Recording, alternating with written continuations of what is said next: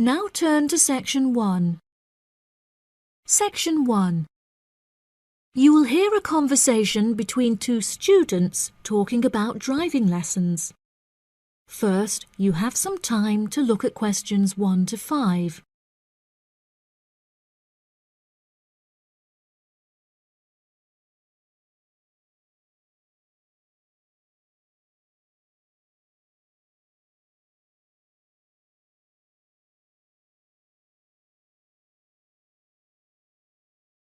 Now we shall begin. You should answer the questions as you listen, because you will not hear the recording a second time. Listen carefully and answer questions 1 to 5. Hi, Zach. I heard you passed your driving test. Congratulations. Thanks, Olivia. I passed just last week. It feels great to be independent and driving on my own. I really want to take driving lessons, but I haven't been able to find a driving school that will give lessons during the weekends, so that I don't have to miss any classes at college. The driving school that I used was brilliant and really flexible with their teaching hours. It's really close to the school. The address is 67 Kings Road. That's 67 King'(S) Road. Oh, that's perfect. I don't like the idea of driving around busy streets. Did your teacher make you drive in urban areas, or did he mainly teach you on roads in the countryside? My teacher said that I had to learn on both in order to become a good and experienced driver. We would start in the city centre and then drive north above the city. He sounds like a good teacher. Would you mind giving me his contact details so I can ask him for lessons? Of course. My mother's friend Daniel Smith referred me to him. His name is Alan Sutcliffe. Could you spell the surname, please? Sutcliffe.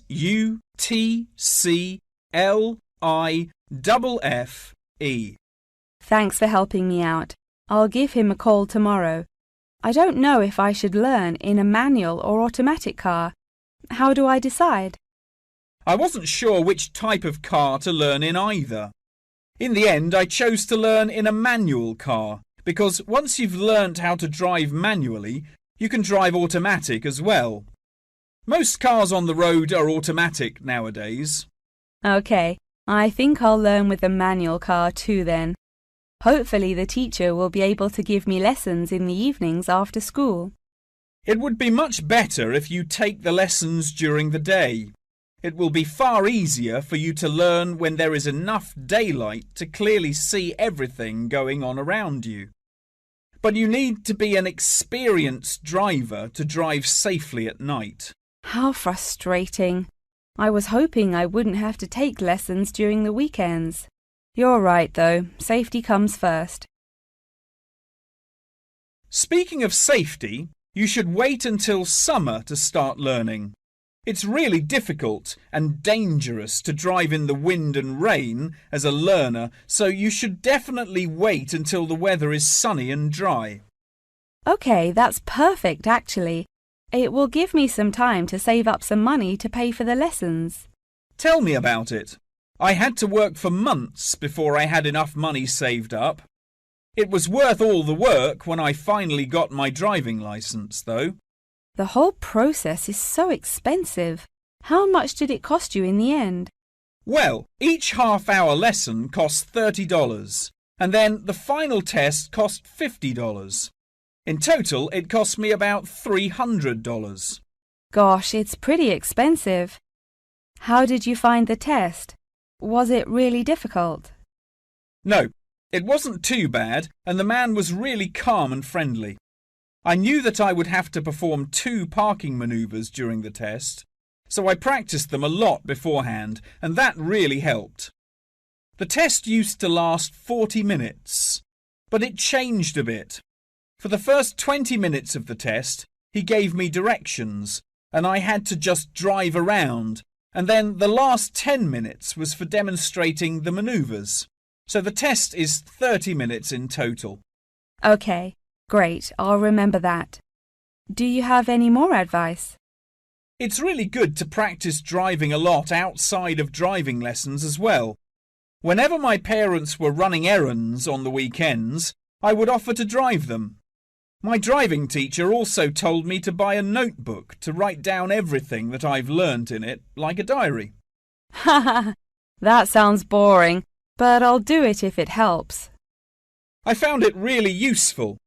Before my test, I read through everything I had written down, and it reminded me of a lot of things that I had forgotten about.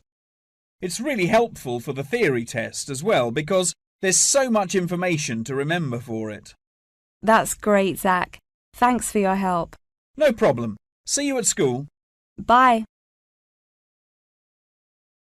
That is the end of section 1. You now have half a minute to check your answers.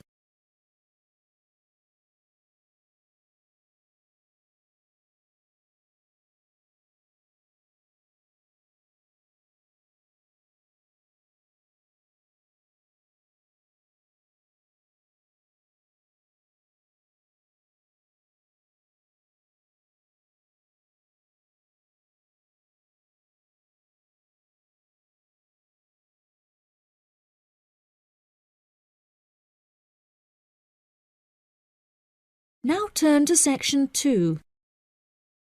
Section 2. You will hear part of a talk about Mount Rushmore given by a tour guide. First, you have some time to look at questions 11 to 15.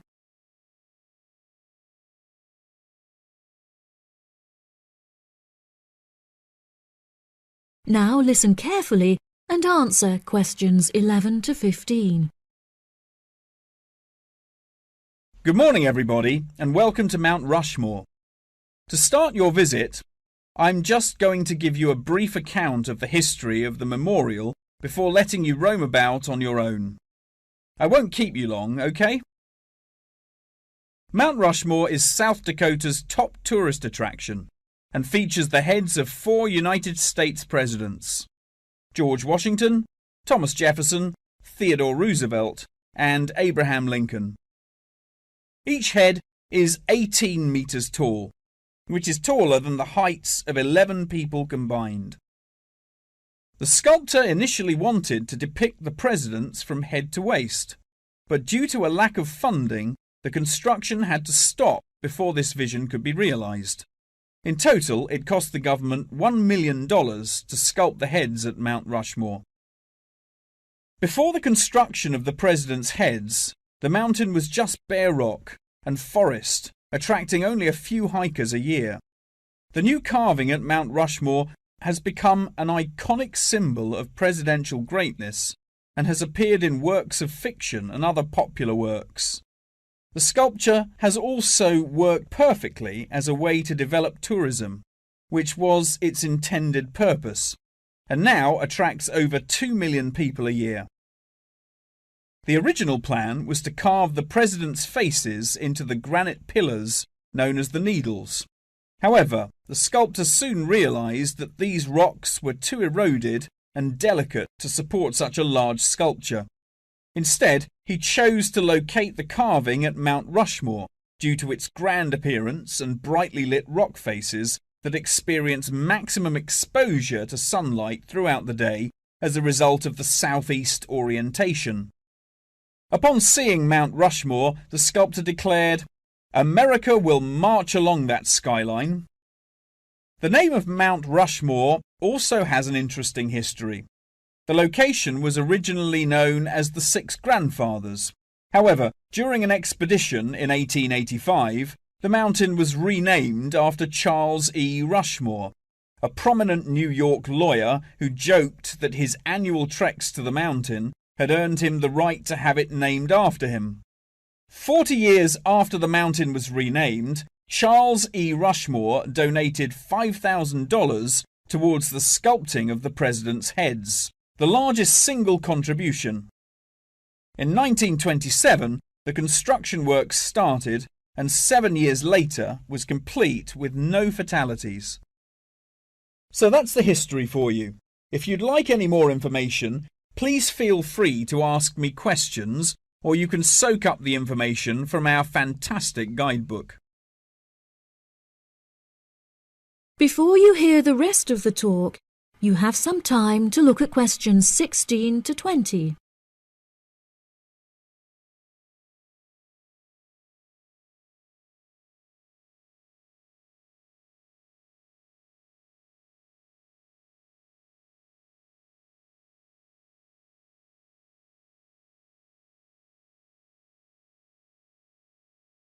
Now listen and answer questions 16 to 20. Now I'm going to give you a plan of the site, and I'd just like to point out where everything is so that you can explore everything for yourself. We're currently standing at the entrance, which is marked with the arrow on the map. If you follow the trail up to our left, you will find the information centre. There's a great photo booth there where you can have your photograph taken with Mount Rushmore in the background for a fee of only $10. What a great souvenir! In front of us is the refreshment centre, where you can help yourselves to coffee, locally grown tea, and a delicious selection of cold drinks and biscuits. Be sure to stay hydrated as it can get really hot up here. To our right, not far up the trail, is the gift shop. Here we sell copies of the guidebook, and it's also the perfect place to pick up some small souvenirs for yourself, your family and friends. Now, further up the trail, behind the gift shop, is a big stone building with a workshop. This is where all of our souvenirs are made by hand, which you can purchase in the gift shop, like I said before. Some are even carved from pieces of rock taken from Mount Rushmore itself. If you carry on walking up the trail past the workshop, you'll find our state-of-the-art visitor centre, where you can find maps of the walking trails here at Mount Rushmore. Now for the real treat. After you have walked past the visitor centre, you can follow the trail up to the left, which will take you to our wooden shelter. From here you will have the best view of Mount Rushmore that there is, an experience not be forgotten. Right, if anyone wants a guided tour, then I'm starting at the information centre. If you'd like to follow me, this way please. That is the end of section 2. You now have half a minute to check your answers.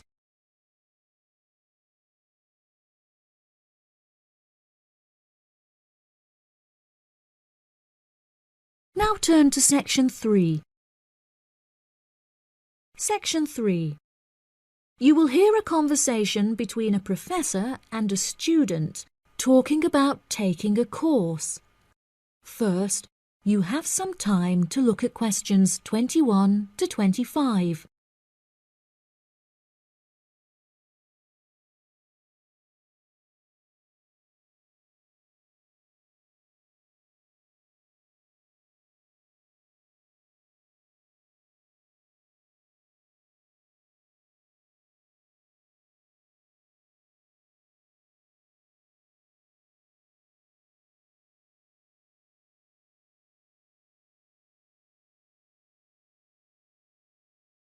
Now listen carefully and answer questions 21 to 25. Excuse me, Dr. Twain. May I speak with you for a minute? Of course, please come in. I'm Charlotte York. I'm considering taking your course in tourism. Right. Well, Charlotte, how can I help you? I have been considering studying tourism.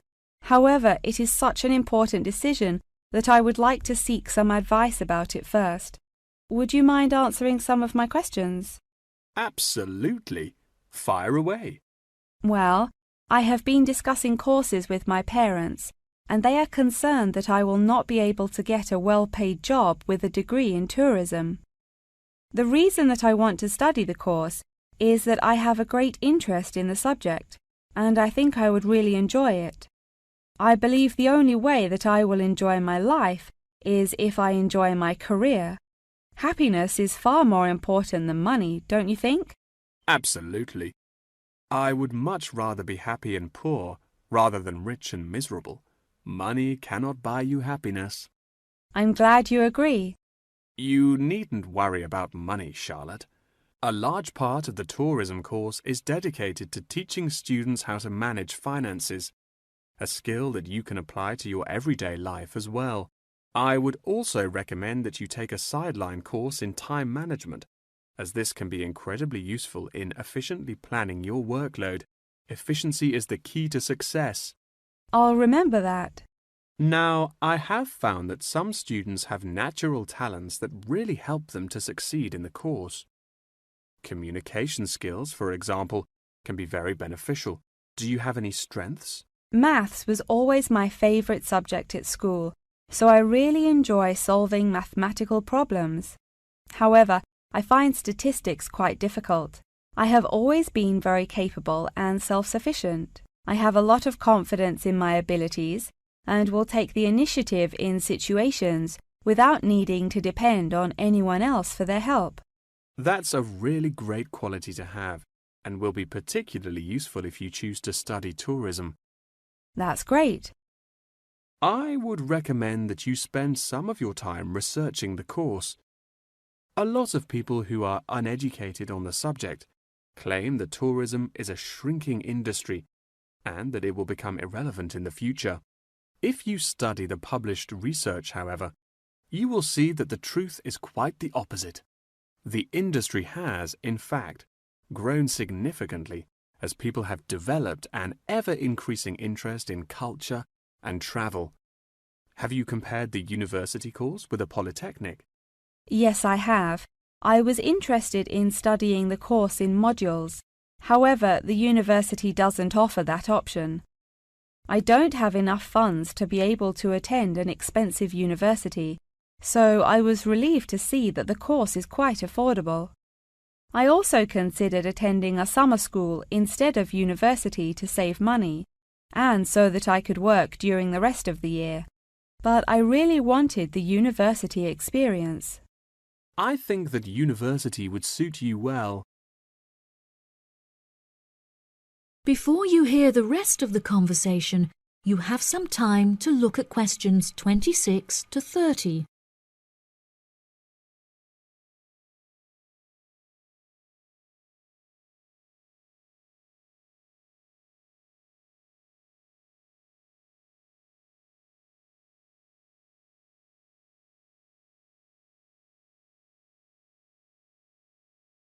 Now listen and answer questions 26 to 30.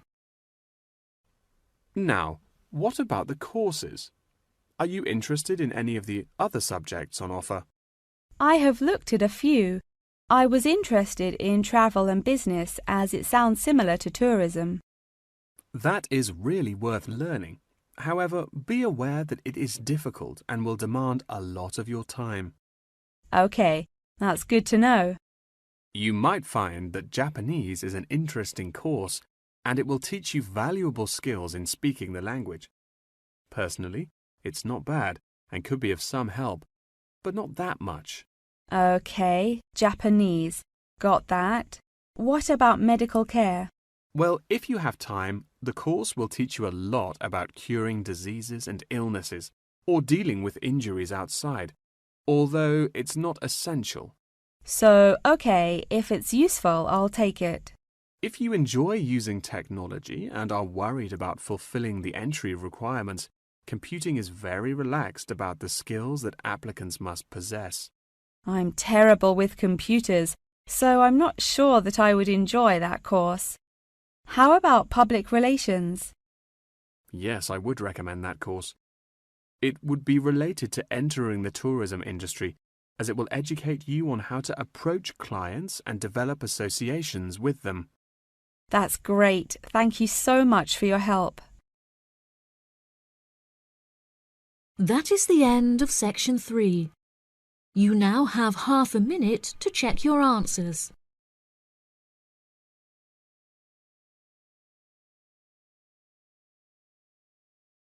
Now turn to section 4. Section 4. You will hear a talk about the practice of company outsourcing. First, you have some time to look at questions 31 to 40.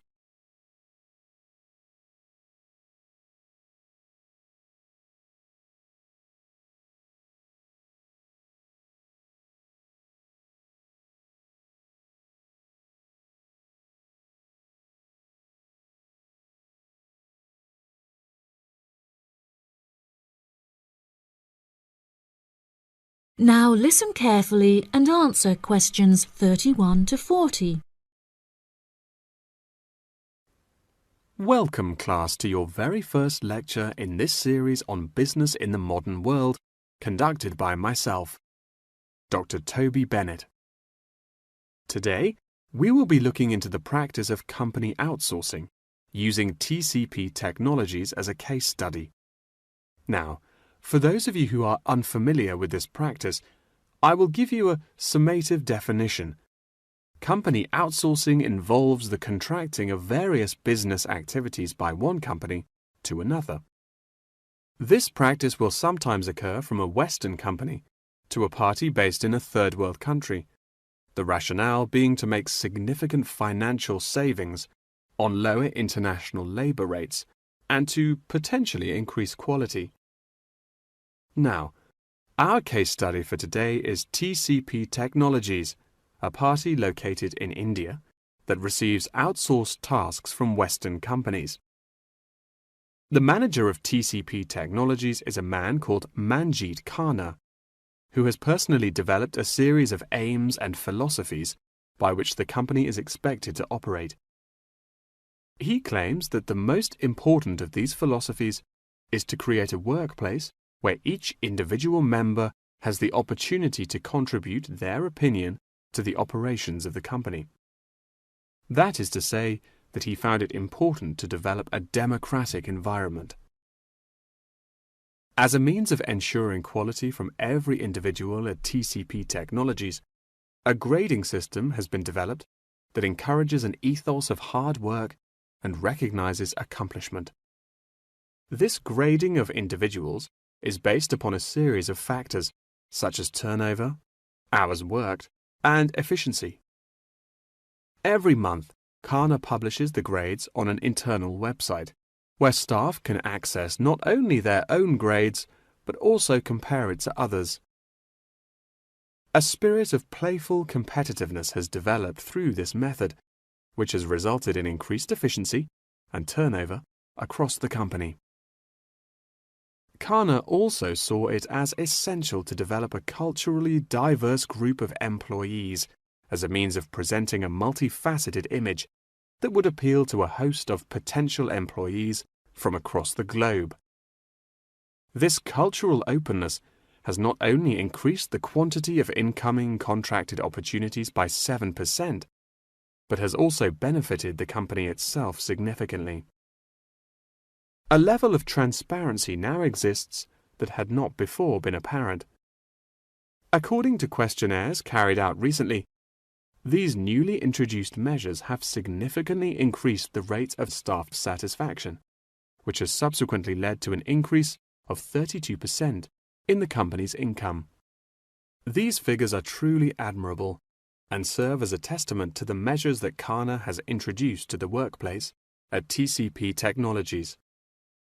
In a recent interview published by The Economist, he declared, "The figures speak for themselves. My system works." When asked if he had any advice for companies on methods they could employ to streamline workflow and increase turnover, he replied, "It's simple, really.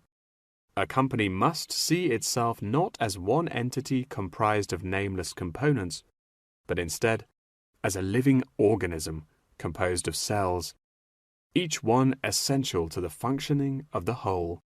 I suggest that the motto by which your management operates will be employee first."